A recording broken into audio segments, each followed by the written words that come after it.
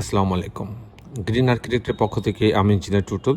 আপনাকে অনেক, অনেক অভিনন্দন এবং শুভেচ্ছা জানিয়ে আজকে আপনাদের অনুরোধে বর্তমান বাজার দরে আমি একটা ৫ তলা বাড়ির ৩ কাঠা জমিতে একটা ৫ তলা বাড়ির আমি সম্পূর্ণ খরচের হিসাব আমি ভেঙে, ভেঙে আপনাদের দেখানোর চেষ্টা করব।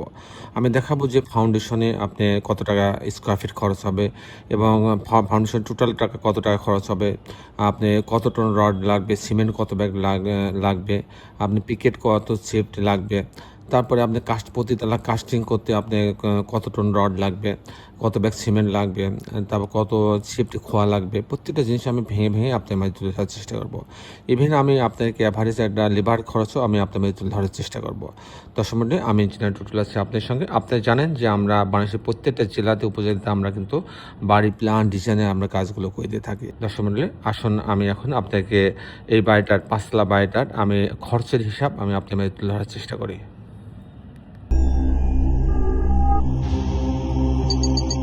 মণ্ডলী, খরচের হিসাবটা হচ্ছে এরকম।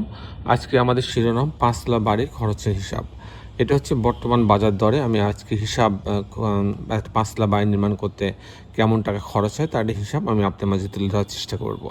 এটা হচ্ছে ৩ কাঠা জমি ছিল ওনার। আমরা সেট ব্যাকের নিয়ম অনুযায়ী সব দিকে জায়গা ফেলার পরে আমরা মাত্র ১৮০০ স্কোয়ার ফিট ক্লিয়ার পাচ্ছি প্রতি তালা ব্যবহারের জন্য। তো আমার প্রথম যে খরচটা আসবে, এখানে পাইলিংয়ের কোনো প্রয়োজন হচ্ছে না, যেহেতু ৫ তলা বাড়ি পাইলিংয়ের প্রয়োজন হচ্ছে না। ফাউন্ডেশন খরচ আসবে ফুটিং শর্ট কলাম গেট বিম। এই খরচটা আমার যেহেতু আমার টোটাল হচ্ছে ১৮০০ স্কোয়ার ফিট, আমার এই খরচটা আসবে ১২০০ টাকা স্কোয়ার ফিট। ১২০০ টাকা স্কোয়ার ফিট হিসাবে আমার টোটাল খরচ হবে। আমি যে ১৮০০ স্কোয়ার ফিটকে যদি ১২০০ টাকা দিয়ে গুণ দিই, তাহলে ২১.৫ লক্ষ টাকা আমার ফাউন্ডেশনে খরচ হবে। এখন আমি ফাউন্ডেশনে আমার প্রধান যে উপকরণগুলো লাগবে, যেমন রড লাগবে কিন্তু ১০ টন রড লাগবে, সিমেন্ট লাগবে ৮৪৫ ব্যাগ, আবার পিকেট লাগবে ৩৭,০০০ খোয়ার পিকেট লাগবে, ৩৭,০০০ পিকেটের খোয়া লাগবে। তাছাড়াও এই টাকার মধ্যে কিন্তু আপনার সেফটি ট্যাঙ্ক, ওয়াটার ট্যাঙ্কও আছে। আর এছাড়াও আপনার প্রথম শ্রেণীর যে ইট লাগে গাঁথনি টাথনির জন্য, সোলিংয়ের জন্য প্রায় ১০,০০০ কিন্তু ফার্স্ট ক্লাস ইট লাগবে। এই হচ্ছে মোটামুটি প্রধান উপকরণগুলো এটা ছিল। আর এটার সাথে কিন্তু যদি আমি এই ফাউন্ডেশনে যদি আমি লেবার খরচটা ধরি, শুধু ফাউন্ডেশনের জন্য ফুটিং শর্ট কলাম গেট বিম, এখানে ১০০ টাকা থেকে ১২০ টাকা পর্যন্ত লেবার খরচ লাগবে। প্রতি স্কোয়ার ফিটে ১২০ টাকা থেকে ১০০ থেকে ১২০ টাকা লাগবে। সেক্ষেত্রে আপনি এখানে কিন্তু প্রায় ২ লক্ষ টাকার কাছাকাছি কিন্তু আপনার লেবার খরচ লাগবে। এরপরে যে খরচটা আসবে কাস্টিং খরচ বলতে আমরা বোঝাই বিম কলাম ছাদ, মানে কলাম হবে, তারপরে ছাদ ঢালাইটা হবে বিম সহ। সেখানে আমরা ৭০০ টাকা স্কোয়ার ফিট খরচ হবে। প্রতি স্কোয়ার ফিটে ৭০০ টাকা খরচ হবে।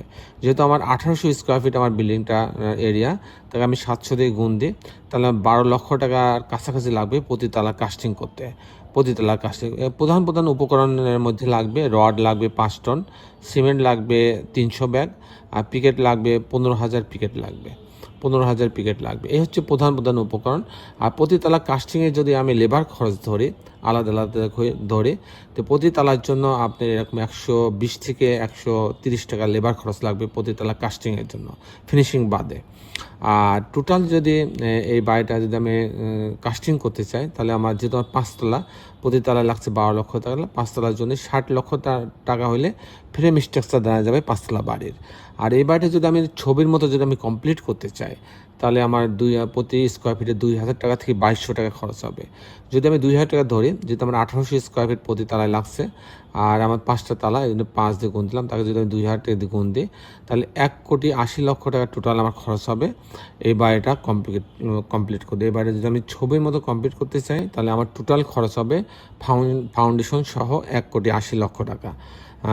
আর এই বাড়িটা যদি আমি অ্যাভারেজ যদি টোটাল আমি ফাউন্ডেশন থেকে শুরু করে যদি আমি মানে কমপ্লিট পর্যন্ত যদি আমি লেবার খরচ ধরি, তাহলে আপনি ৩২০ থেকে ৩৫০ টাকা প্রতি স্কোয়ার ফিটে খরচ হবে। প্রতি স্কোয়ার ফিটে গড়ে ৩০০ টাকা থেকে ৩১০-২০ টাকা খরচ হবে প্রতি স্কোয়ার ফিটে প্রতি তালার জন্য। সবাই ভালো থাকবেন।